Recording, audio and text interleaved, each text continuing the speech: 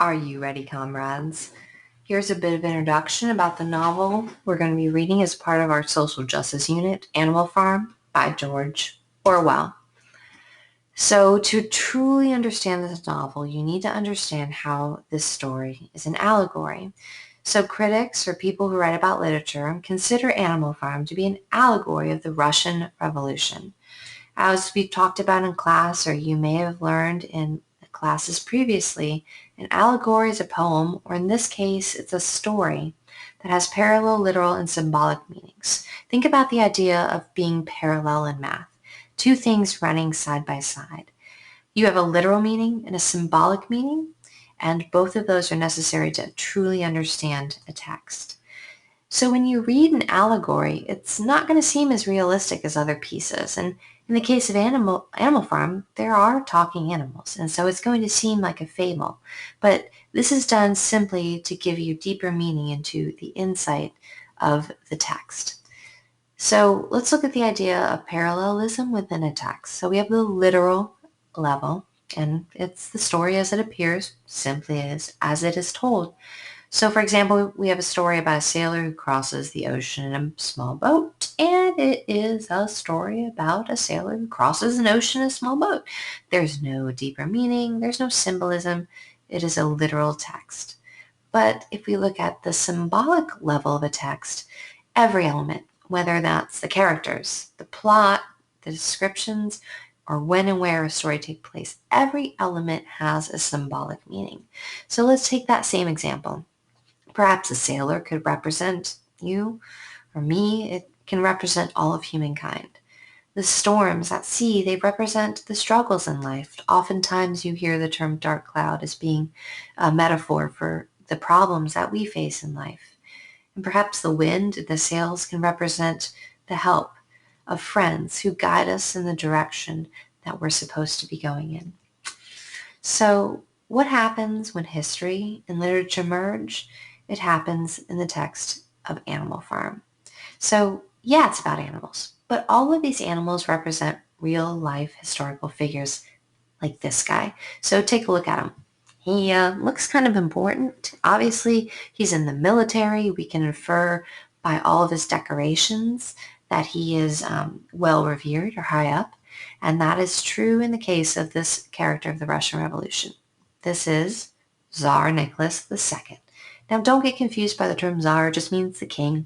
And in the early 1900s, the king or leader of Russia, he faced increasingly discontented populace, meaning the people were not happy with the rule of Tsar Nicholas II.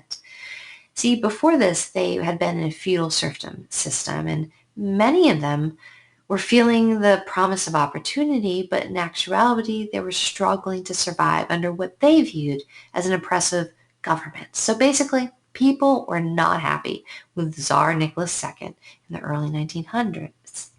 So along comes this guy.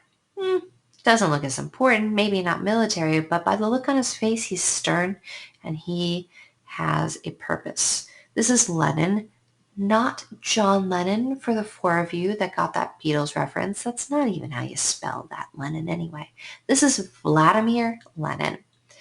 So let's put what's happening in Russia in the context of what's happening in the world. So we have World War I, talking about 1917.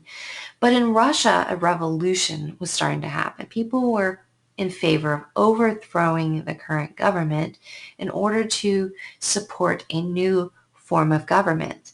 So during some battles, or particularly two major battles, the Tsar's government, Tsar Nicholas II, his government was overthrown and replaced. You may have heard the term the Bolshevik Revolution, but under the Bolshevik leadership, Vladimir Lenin came into power and then took over control through revolutionary tactics, took over control and is now leader of Russia at the time. So he introduced an important concept called socialism. And to really understand socialism, we have to go back to the social studies textbook definitions. It's an economic system based on everybody getting the same things or exactly what they need, which in theory sounds perfect. But as we'll see in this story, and also as we've seen throughout history, the political ideals, do not often match up with the reality that is in place with the political system. So these people are not happy. Obviously, something has happened with Lenin's leadership. He died in 1924 at the age of 54 of a brain hemorrhage. And this left a vacuum. Who was going to take control? So two of his former colleagues, or people he'd worked with, Leon Trotsky, who was a hero or a leader, a figure in early history of the revolution, and Joseph Stalin, which probably is the person of these between these two you've actually heard of. He was head of the Communist Party at the time. So these two were jostling. They were struggling for power, kind of figuring out who was going to be the next leader of Russia. The key difference between these two was with their philosophy, their ideal of leadership and rule. So Stalin believed in power, absolute power. He didn't believe in socialism, the idea that Trotsky believed in, where there was shared power, equitable division. And so this was a philosophical difference between the two. So again, we've got Stalin. We've got Trotsky. Who is the victor?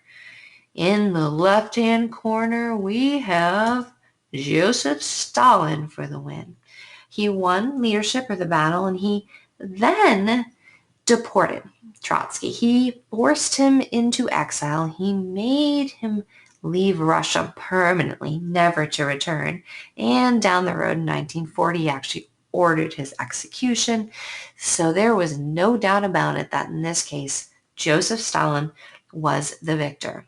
Now, we need to understand Joseph Stalin because this is kind of the foundation for Animal Farm.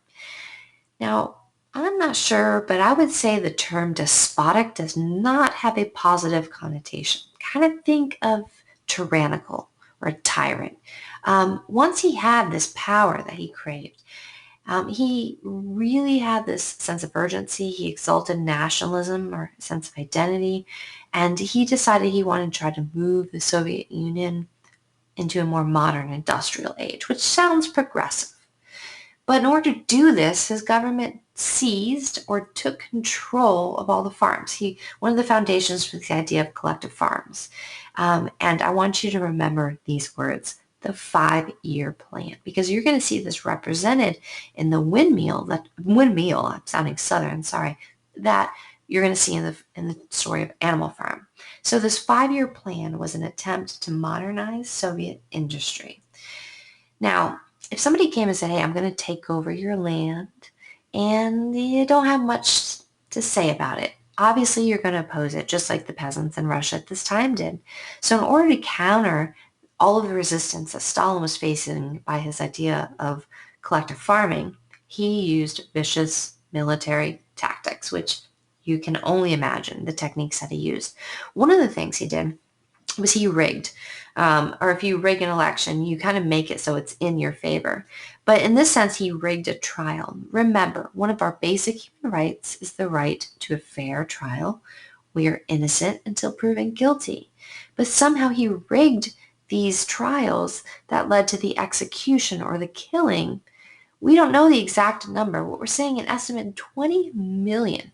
Not only government officials who may have opposed him, but ordinary citizens. And those he didn't kill, he sent to forced labor camps. He definitely tried to control the people, not only through this tactic of rigged trials, but he also controlled the flow, the content, what was being sent out to the people. We're going to look at the idea and use of propaganda, and he all but outlawed churches in Russia at this time.